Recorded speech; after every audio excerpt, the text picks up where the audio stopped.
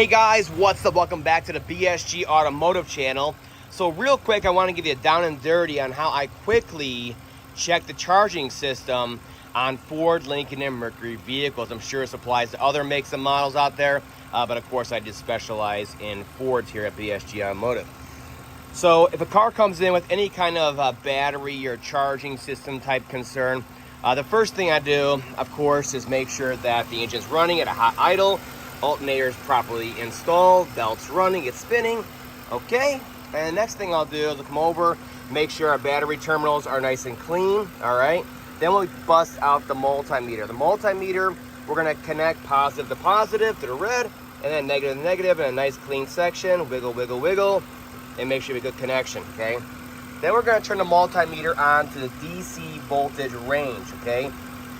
So this right here, the squiggly line, is AC, and then this right here, the dashes, that's DC. So voltage DC, all right? You'll even say it right there on the display. So right now it's reading 13.5. Looks good to go, right? So the spec for a charging system, pretty much universally, is 13.5 to 15.5, all right? And you want to really check them at idle.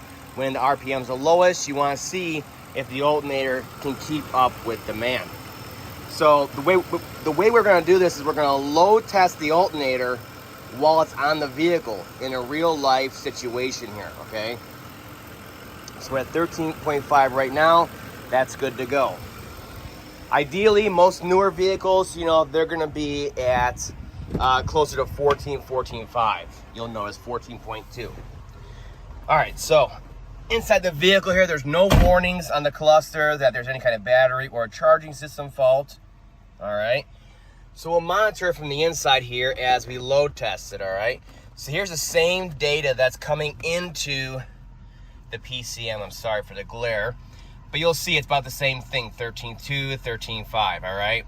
Now, right now, because it's a PCM-controlled alternator, we can see through the PCM live data what it wants the voltage at. So right now, it's asking for only 13.5. So we're right there, and according to under the hood there, 13.5 or so, we're really good. We're spot on. Okay. But now look at it. This is the way you load test. So you want to see if they can put out the amperage and keep up with the load. So what we're going to do is we're going to actually put a load on it. So, of course, you want to turn on your HVAC system. Not only is that going to put a load on the engine, but it's also going to put a load on for the blower motor, okay? The resistor card, it all takes current, and it's going to really tax it. So we'll get that going, you know, 3/4 to high, okay? And the other thing, obviously, is headlamps. Headlamps pull a lot of amperage. Do not put it on auto. Put it on regular headlamp on setting right there. All right. So let's turn it off. Let's turn everything back off. We were at 13.2, 13.5. Everything looked okay. We start introducing loads and watch what happens. Put the AC on. Right now, the only load is the AC. We're already below 13. Now, anything below 13.2, we're not really pushing back into the battery at all. You must have a higher voltage than the battery to be able to push back into it. All right, so we're already at 13. We're dipping into the 12s. Now let's put the headlamps on. Now we're definitely in the 12s. Almost dipping into the 11s. Now the last thing I do is I'll put on the rear defrost if your vehicle has it. This is already a bad situation, and the alternator a minute ago looked like it was just fine. It was misdiagnosed.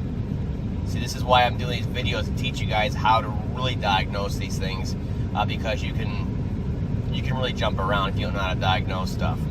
So the next thing we're going to do, the final thing we're going to do, is turn on the rear defrost grid, which is another huge load in the system.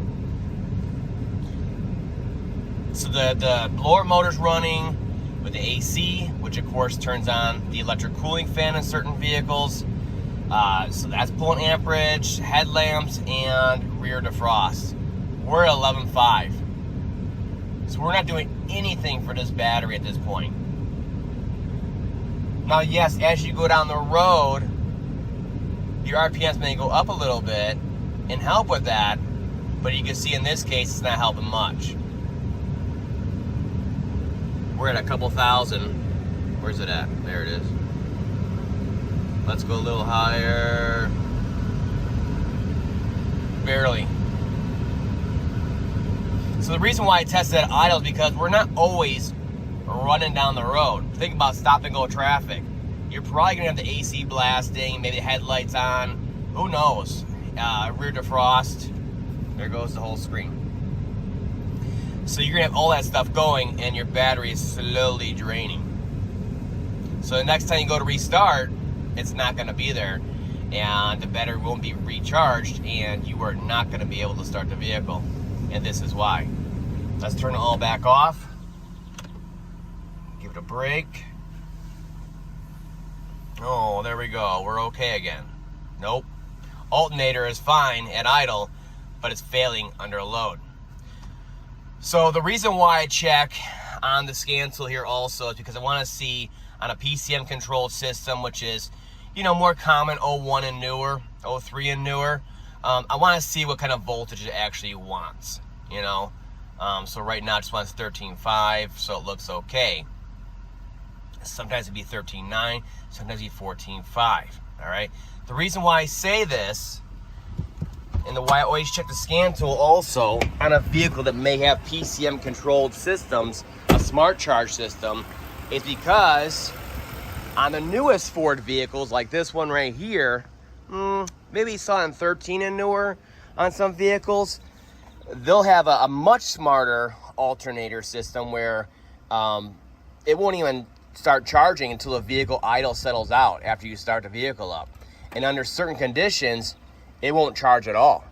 So you come over here with your multimeter, you're checking voltages, and it's running at 11.9 or 12.2 or 12.8, and you're like, alternator's fried, it's not working, it's not charging. Well, that's because with these newer vehicles, they have these current sensors on them right here, and they can guesstimate the current state of charge of the battery, all right, much more accurately with the sensors on here. So they can check the amount of actual current flow that's going through there. So some are like this, and the newest ones where they're rectangular like this, and other ones there's like these metal, these black rings that are just kind of connected around the cables, and then they have little leads like this coming off of them. All right, and that's on the newest Ford vehicles. So those ones, like I said, they have much better sense of what's going on inside the battery with the battery state of charge. So for fuel economy and idle sag and drivability and MVH reasons, they'll actually cut off the alternator if they think the battery is satisfied. So then you're over here checking with the multimeter blindly, and it's showing 12.8, and you're like, it's not charging. That's a real problem, and it needs you need to get investigate further. Nope.